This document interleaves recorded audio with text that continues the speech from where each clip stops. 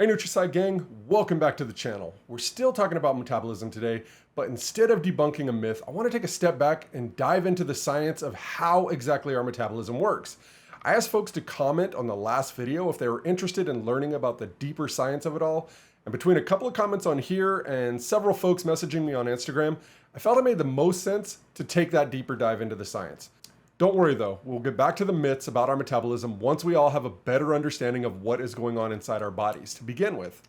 To be honest, I should have just trusted my gut and started with this video or set of videos on the science first, but here we are, Metabolism 101. Now, let's science! Okay, in that first myth video, I did touch a little bit on how the metabolism works. If you recall the equation I mentioned several times, calories in versus calories out, or energy balance, that is the driving force of our metabolism. But what exactly does that mean, and how does our body do this equation from a metabolic standpoint? Well, lots and lots of reactions occurring nonstop, simultaneously, and independently, all with one single goal in mind: homeostasis. Now, I assume a lot of you have heard that word and maybe know what it means, but for those of you that don't, it is when our body is in relative equilibrium state. Or in simpler terms, it is when the body is in a balanced state across all systems of the body. A different way to think about it is to imagine you're sitting on a couch at full peace, completely relaxed because all your bills are paid on time, you have all your chores done, and your house is clean, dinner is cooked, and you have absolutely everything completed on your to-do list. Sounds amazing, right? Total relaxation. But as soon as you clear that to-do list and relax, a new list of chores and stresses pops into your brain, and you're immediately back at trying to clear that list. The goal of doing this is to reach that state of relaxation, right? But we all know that our work is never done. The same is true with our metabolism. Its primary objective is to be in a completely balanced state. Again, this is called homeostasis. But in reality, to get that state of relative balance means that our metabolism is always working nonstop, because even if it approaches this state of balance, new stressors and signals are coming in, forcing new reactions and challenges to stay in this balanced state. It is hard dang work to be able to relax. So how does the body work to aim for homeostasis? Like I mentioned, the body is constantly working to stay in this balance, and honestly, it does a really good job at maintaining the balance. Considering that our metabolism consists of all chemical and physiological reactions in our bodies, it is mind-blowing to think that our bodies just work. We don't have to think about it, it's just an autonomic process that our bodies simply take care of. If you think about it, our metabolism deserves an award for being so freaking awesome. Now, there are a lot of different functions in the body that play into our total metabolism. They all involve some level of reaction, be it chemical or physiological. And to clarify the difference between these two reaction types, a chemical reaction is when something in the body is changed permanently due to the reaction occurring. An example of this is an enzyme such as amylase that helps convert starch molecules into much smaller and more usable molecules like sugars in the mouth. This is, in fact, one of the first steps in digestion. Side note, digestion is a big part of our metabolism, but more on that in a second. On the other hand, a physiological reaction is when a reaction event occurs that does not permanently change the structure of something.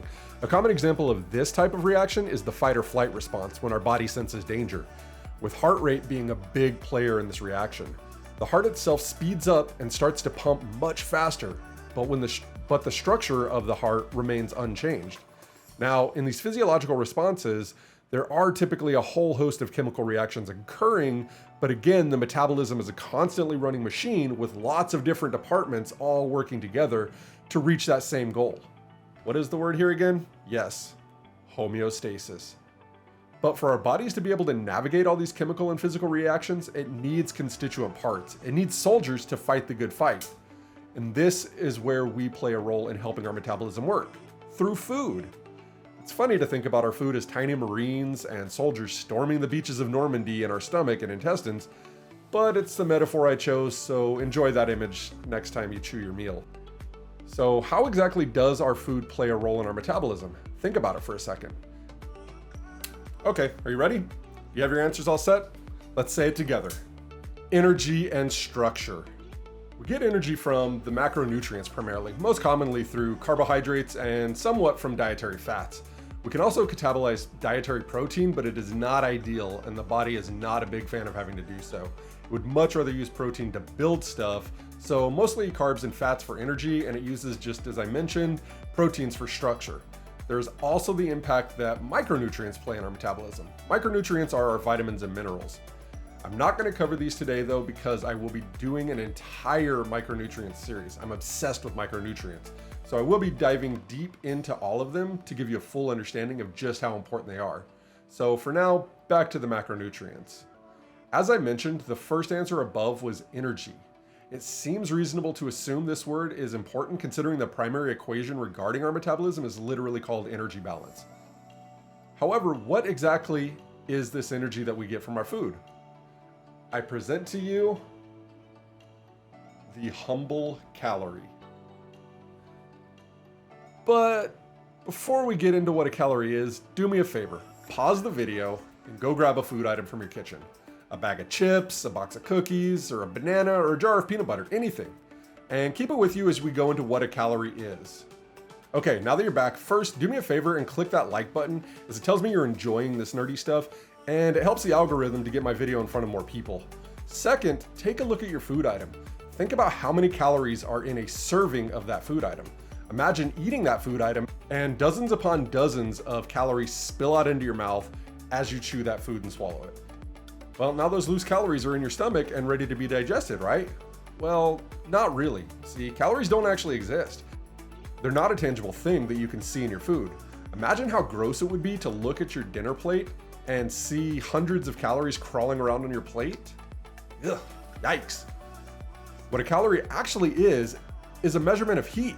The academic definition is a calorie is the amount of heat required at a pressure of 1 atmosphere to raise the temperature of 1 gram of water, 1 degree Celsius.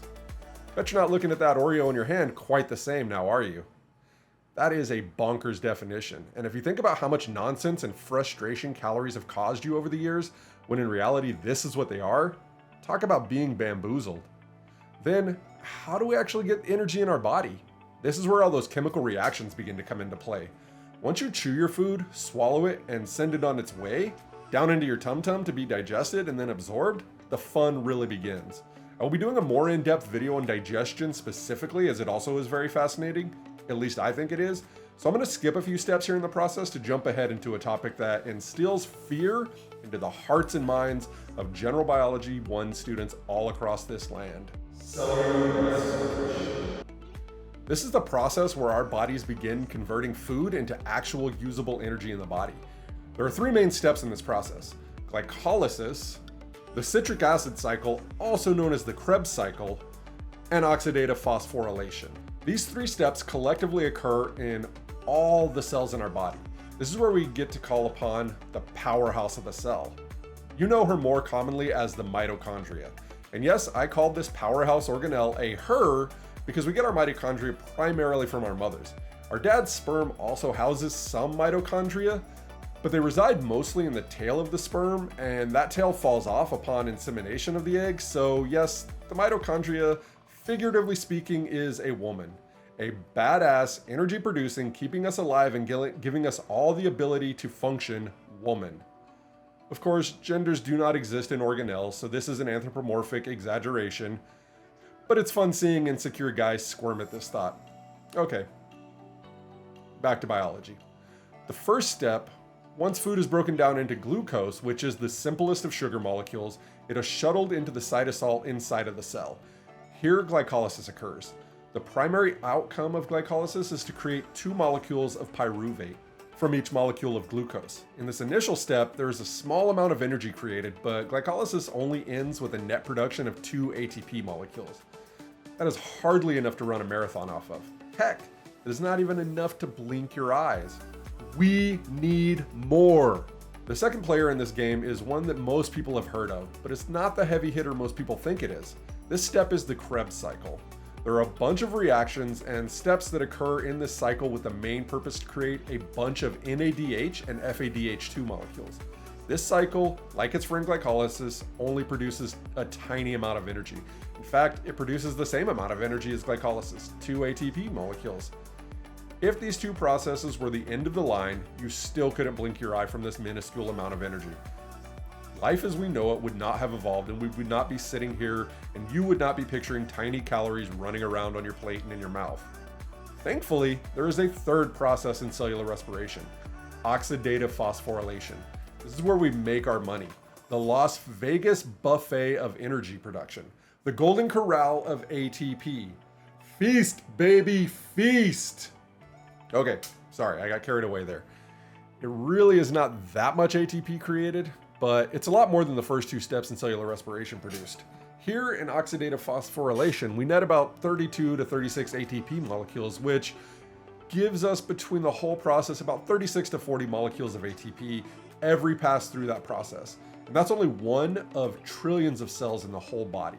So you can see how that can add up. You factor enough of those cells creating that 36 to 40 molecules of ATP, and eventually you will have enough energy to finally blink your eye. So there you have it. You now know a small part of human metabolism. We now have energy sources. But what do we do with all this energy created? Obviously, we move, breathe, chew, sleep, think, scratch our butts, all sorts of things. But is there more to metabolism than just creating ATP for us to do these things? Oh, and don't forget to wash your hands, butt scratcher. I see you. Yes, there is so much more. In the next video of the Metabolism 101 series, we will dive into catabolism and anabolism, also known as breaking stuff down and building stuff up. So stay tuned for that.